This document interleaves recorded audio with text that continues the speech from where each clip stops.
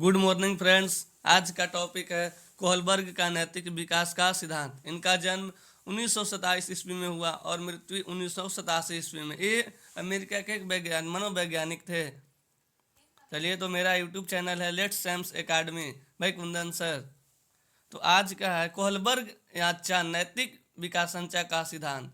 ये बोले हैं सबसे पहले शिक्षा व आज्ञा पालन की स्थिति, दूसरा है साधक सापेक्ष स्थिति, तीसरा है आंतर व्यक्तिगत संगति, चौथा स्टेप है आधिकारिक स्थिति और पांचवा स्टेप है सामाजिक करार स्थिति और छठा है सर्वात्मिक नैतिक स्थिति।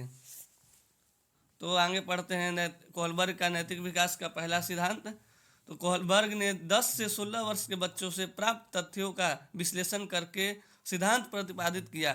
कोहलबर्ग ने के अनुसार जब बालक को नैतिक संघर्षों का सामना करना पड़ता है तो उनकी तार्किकता अधिक महत्वपूर्ण होती है, न कि अंतिम निर्णय। कोहलबर्ग ने धारणा बनाई कि बालक अपने विकास के अवस्थाओं में 3 स्तरों में गुजरकर अपनी नैतिक तार्किकता की योग्यताओं को विकसित कर पाते हैं। नैतिक विकास की अवस्थाएं। कोहलबर्ग ने नैतिक विकास की कुल 6 अवस्थाओं का वर्णन किया, लेकिन इन्होंने दो अवस्थाओं को एक साथ रखकर उनके 3 स्तर बना दिए। ये 3 स्तर अग्रलिखित है। चलिए, सबसे पहला है पाक रूढ़िगत नैतिकता का स्तर, level of pre conventional morality. इसमें पहला है आज्ञा एवं दंड की अवस्था और दूसरा है अहंकार की अवस्था। तो हम लोग दूसरा पढ़ेंगे रूढ़िगत नैतिकता का स्तर, लेवल कन्वेंशनल मोरालिटी। इसमें पहला है प्रशंसा की अवस्था और दूसरा है सामाजिक व्यवस्था के प्रति सम्मान की व्यवस्था।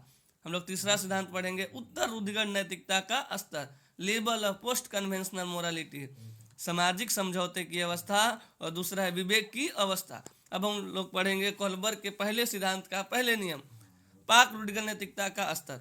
जब बालक किसी बाहरी तत्व या किसी भौतिक घटना के संदर्भ से किसी आचरण को नैतिक अथवा अनैतिक मानता है तो उसकी नैतिक तर्क शक्ति पाक रूढ़िगत नैतिकता का स्तर कही जाती है।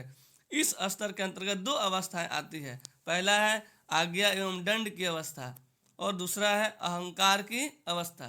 पहला पढ़ेंगे आज्ञा एवं दंड की अवस्थाएं।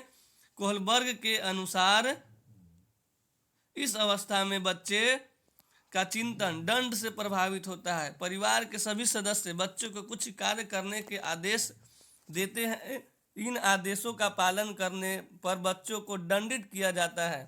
इसलिए बच्चा यह सोचता है कि दंड से बचने के लिए आदेश का पालन करना अनिवार्य है, अर्थात आज्ञाओं का पालन करना इसलिए करता है कि दंडित ना हो। इस प्रकार नैतिक विकास की शुरू अवस्था में दंड को ही बच्चों की नैतिकता का मुख्य आधार माना जाता है। अहंकार की अवस्था, स्टेज ऑफ ईगो। इस अवस्था में आकर बच्चे चिंतन का स्वरूप बदल जाता है। जैसे जैसे बच्चे की आयु बढ़ती जाती है वह परिपक्व होता है तो वह अपनी आवश्यकताओं और इच्छाओं को समझने लगता है और इसके द्वारा उसकी इच्छाएं पूरी तरह हो जाती है। यदि उसका कोई उद्देश्य झूठ बोलने से पूरा होता है तो वह झूठ बोलता है। अगर भूख लगी है तो वह चुरा कर खा लेता है। तो कुछ इन क्रियाओं का नैतिक आचरण की समस्या समझाता है। नैतिक विकास की इस अवस्था का आधार बालक का अहंकार ईगो होता है, जैसे का तैसे। दूसरा है रूढ़िगत नैतिकता का स्तर। इस स्तर को भी 2 अवस्थाओं में विभाजित किया गया है। पहला है प्रशंसा की अवस्था। इसमें आता है अच्छे बालक और अच्छे बालिका। इस अवस्था में बच्चा जो भी करता है वह दूसरों लोगों के द्वारा उसकी प्रशंसा करने के लिए करता है।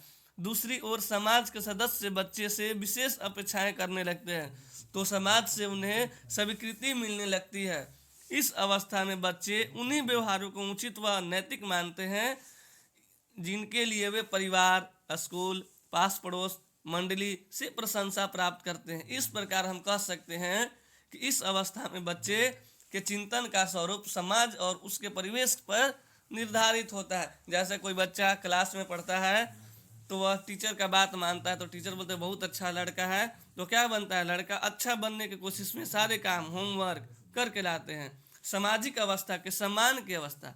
कोहलबर्ग के अनुसार समाज के ज़्यादातर सदस्य नैतिक विकास की इस अवस्था में तक पहुंचने के लिए इसलिए महत्वपूर्ण मानता है कि वह उसकी प्रशंसा करता है। अब वह समाज को स्वयं एवं लक्ष्य मानने लगता है। इस अवस्था में पहुंचकर स्वयं यह समझने लगता है कि सामाजिक नियमों के विरुद्ध प्रत्येक कार्य को अनैतिक कहता है। तीसरा स्तर है उत्तर रूढ़िगत नैतिकता का स्तर, level of post conventional morality.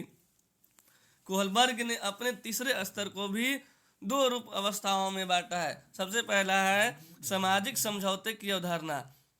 इस अवस्था तक आते आते व्यक्ति नैतिक चिंतन की दशा में पर्याप्त परिवर्तन आ जाते हैं, जब व्यक्ति अपने परस्पर लेन देन में विश्वास करने लगता है कि व्यक्ति या समाज सामाजिक नियमों का पालन इसलिए करना चाहिए क्योंकि समाज हमारे हितों की रक्षा करता है। वो हमारा दायित्व बनता है कि हम समाज के नियमों को पालन करें। अगर व्यक्ति सामाजिक नियमों का पालन नहीं करता है तो व्यक्ति व समाज के बीच का समझौता टूट जाता है। अतः अपने नियमों, परंपराओं, कानूनों के द्वारा समाज व्यक्ति को स्वतंत्रता का अधिकार और सुरक्षा देता है। अतः ऐसे नियमों का उल्लंघन अनैतिक माना जाता है। और दूसरा है विवेक की अवस्था, स्टेज ऑफ कॉन्शियस। कोहलबर्ग के अनुसार नैतिक विकास की छठी एवं अंतिम अवस्था यही होती है, क्योंकि इस अवस्था में पहुंचने पर व्यक्ति नैतिकता के बारे में अपना दृष्टिकोण भी विकसित कर लेता है। व्यक्ति में विवेक पैदा हो जाता है। व्यक्ति के अब अच्छे, बुरे, उचित, अनुचित आदि विषयों पर स्वयं करके व्यक्ति विचार विकसित हो जाते हैं। अब व्यक्ति के नैतिक विकास का एकमात्र आधार विवेक ही बन जाता है। अब इस अवस्था में व्यक्ति नियमों का पालन स्वयं के दृष्टिकोण से प्रेरित होकर करने लगता है। इस अवस्था में व्यक्ति जब अपने नियमों की वैधता को भी चुनौती देने लगता है, क्योंकि वे नियम उसके विवेक में मेल नहीं खाते। अब व्यक्ति केवल विवेक के आधार पर ही जीवित रहने का आदी हो जाता है। अब व्यक्ति के लिए वही आचरण नैतिक होगा जो उसको स्वयं के विवेक का समर्थन प्राप्त कर लेगा। कोहलबर्ग ने नैतिक विकास में महिलाओं को प्राथमिकता नहीं दिया है और कोहलबर्ग के सिद्धांत के प्रतिपादन का उल्लेखन यूरे गिलगिल ने किया है। तो मेरा चैनल है let's science academy by Kundan sir, like and share करें। Thank you.